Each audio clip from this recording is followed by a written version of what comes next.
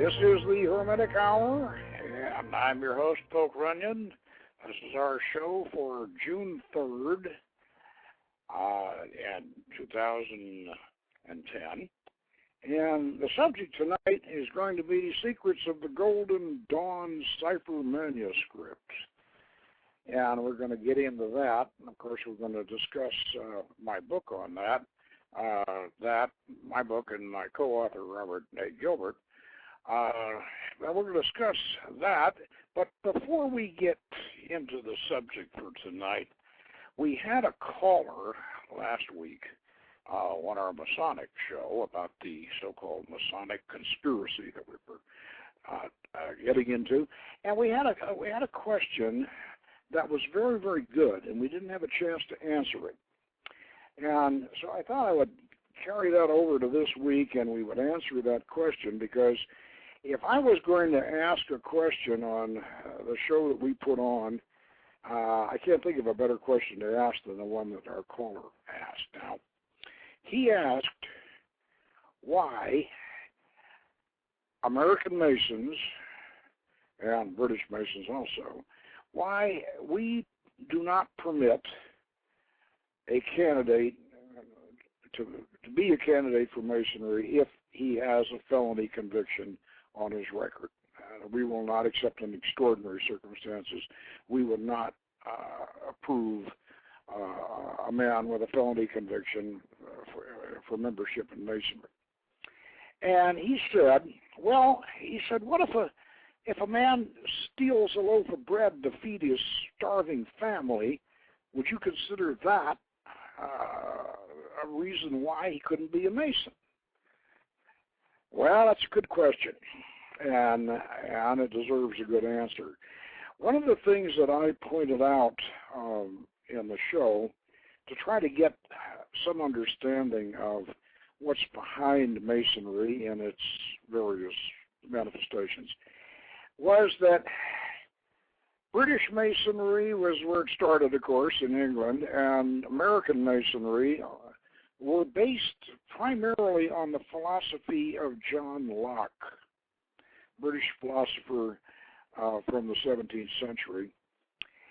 And whereas Masonry on the continent, France and Germany and the European countries, that Masonry, even though it was derived from the original British version, it still was much more influenced by the philosophy of Jean Rousseau. And Jean Rousseau's philosophy was behind the French Revolution, where you might say John Locke's philosophy was behind the American Revolution. And there was a great deal of difference between those two revolutions, and a great deal of difference between the philosophies behind them.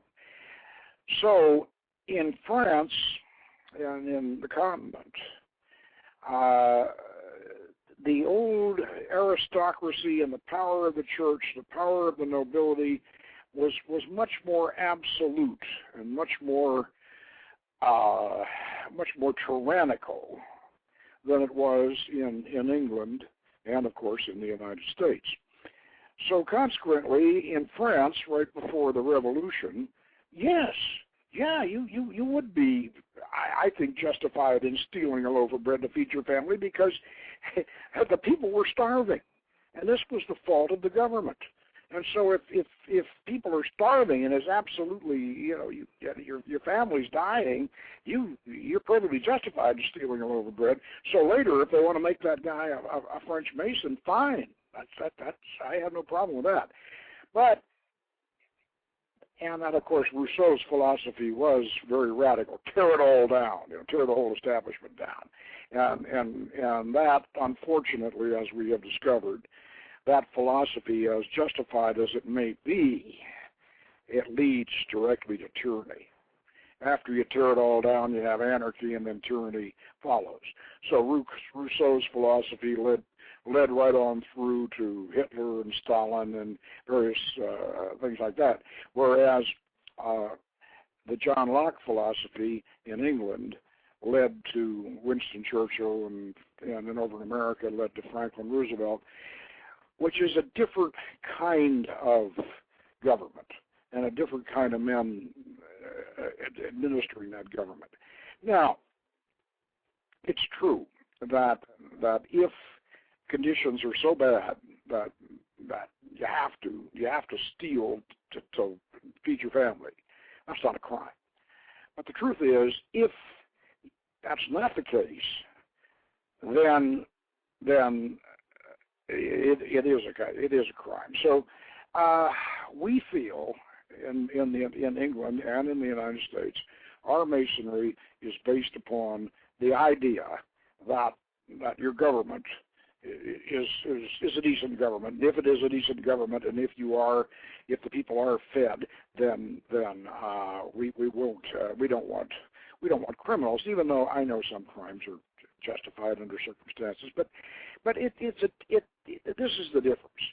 And I would like to point this out too, along with this, that at the time of Rousseau was promoting his philosophy, and at this time, the Enlightenment was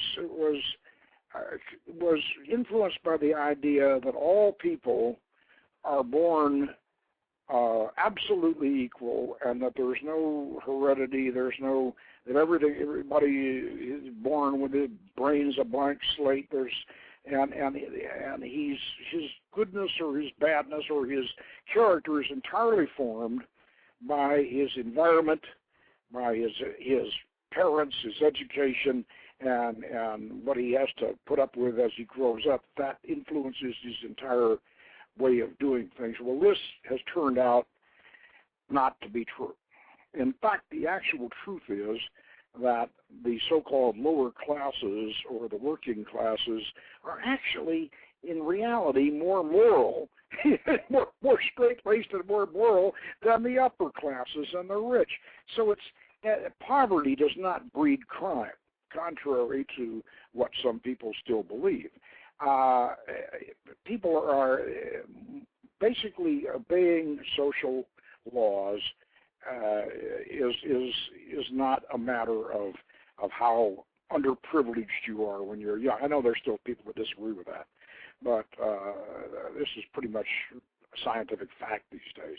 So consequently, in a government that does run a country to where people can support themselves and where nobody actually starves to death, then crime, basic crimes of felonies are considered to be felonies, and that's the way we look at it in American Masonry. That's the way we look at it in British Masonry.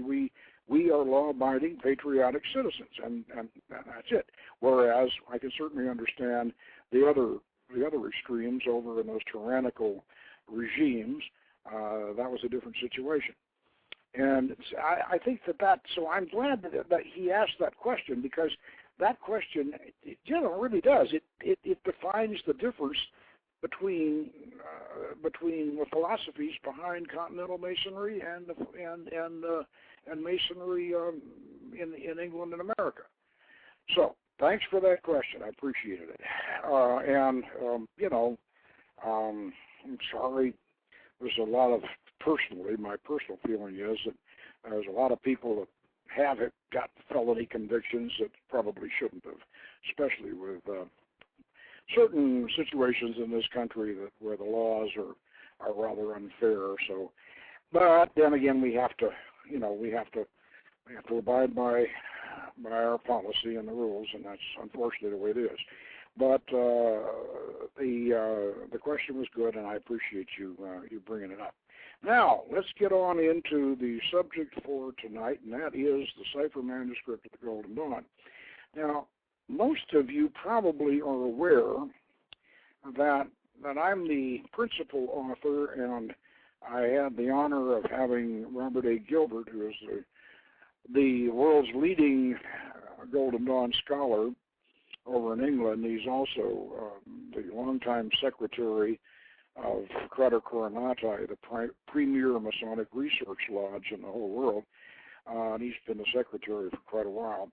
And he is my co-author in this book. He included paper on Wynn Westcott and the Society of Eight, which was a Masonic Rosicrucian club, from which the cipher manuscript of the Golden Dawn, you might say it emerged.